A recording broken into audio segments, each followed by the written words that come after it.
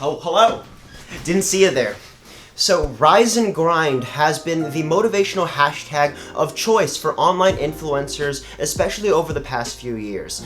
But to me and to a lot of young adults in my target demographic, this sounds cool and doesn't work. So today, I want to break down in specific detail how to actually wake up at 6 a.m. on a consistent basis in real life. Before we even get started, I want to acknowledge that a lot of people all around the world wake up way before 6 every single day because they have to. So this is really meant for people who want to start waking up early by choice, and yes, it does come from a privileged place, but it does have some value. So the reason why this rise and grind early morning mentality is so impressive to people is because people don't want to do it. But the only way to really get yourself to do anything is to make yourself want to do it. Our culture is obsessed with this hustle mindset, which sounds great, but it's not a good first step because it's going to demotivate you since it kind of sucks. It's rough. And so the most important part of this and the first step is to decide why. Why do you want to wake up at 6 a.m.? And it's got to be an actual good, specific reason. The most popular reason I see, which isn't really a great one, is successful people wake up early.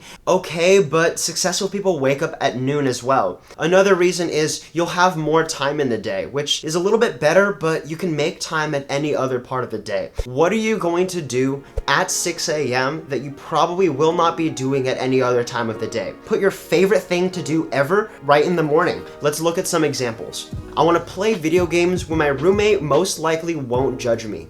Fantastic. I want to shoot photos at sunrise. I want to trade at market open. I want to send messages to a group chat and respond to emails just to subtle flex on people with the 6 a.m. timestamp.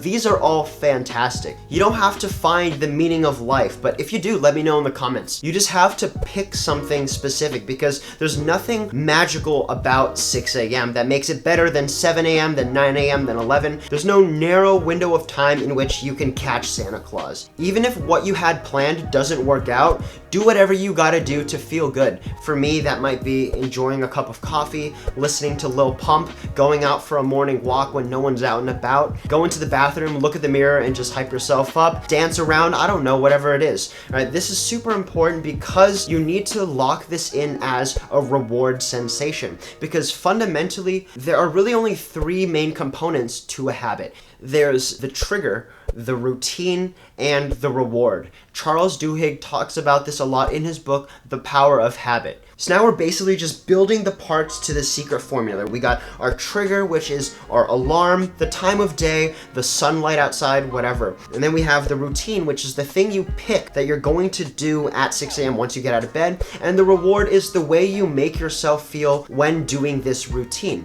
And if you repeat this enough times, just by the mechanics of habits, you will develop this craving for this kind of reward, and you will associate it subconsciously with this trigger and this routine. You'll train yourself to want to wake up at this time because you know that that's the only way to get you this satisfying reward feeling. So now the obvious question is, how do you get yourself to repeat this successfully? And there's really an ideal solution, which is to just go to bed early every night. Like if you're asleep before 10 p.m. every night, you're gonna wake up early automatically. But you're probably not used to sleeping earlier than you do now. So you're gonna have to lose sleep at first, but that's okay because sleep is cumulative. What do I mean by that? Well, if you want to hit a goal of getting 7 hours of sleep per night, you can actually just sleep for 6 hours for 2 nights, and then the next night sleep for 9 hours. And then if you just repeat this over and over every 3 days, overall, you're gonna average at about 7 hours of sleep per night, and you'll get about the same effect as if you had slept exactly 7 hours every single night. So obviously it's better to stay as consistent as possible, but while you're still just building this habit, it's okay to just lose some sleep at first, but then have a plan for catching up on your sleep as long as you're very consistent with waking up at the same time. Okay, I'm gonna be tired and just take the hit for these few days, but I know that I'm gonna clear my schedule in the evening later on these days so that I can sleep early and catch up because I know I'm gonna be tired. Make sure you give yourself enough room for error. Sometimes you don't wake up right on time or go to sleep when you expect, but that's okay. It's important to have this plan.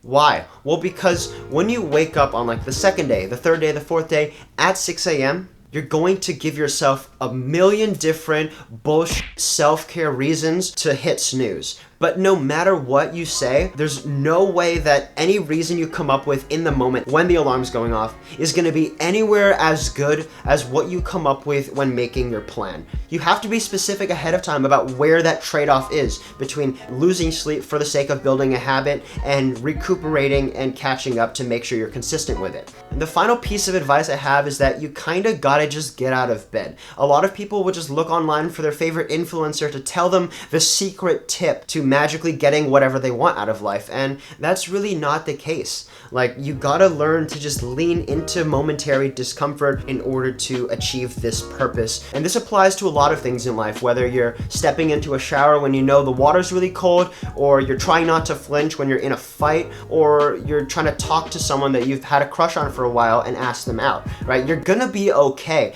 and you kind of gotta just do it. Like, that's really all there is to it. Well, I hope you found this video helpful. Make sure you hit the subscribe button and then tap the notification bell so that YouTube lets you know next time I post any content. Let me know down in the comments if you'd like to see anything specific in another video, and I'll see you here next time. Thank you for watching.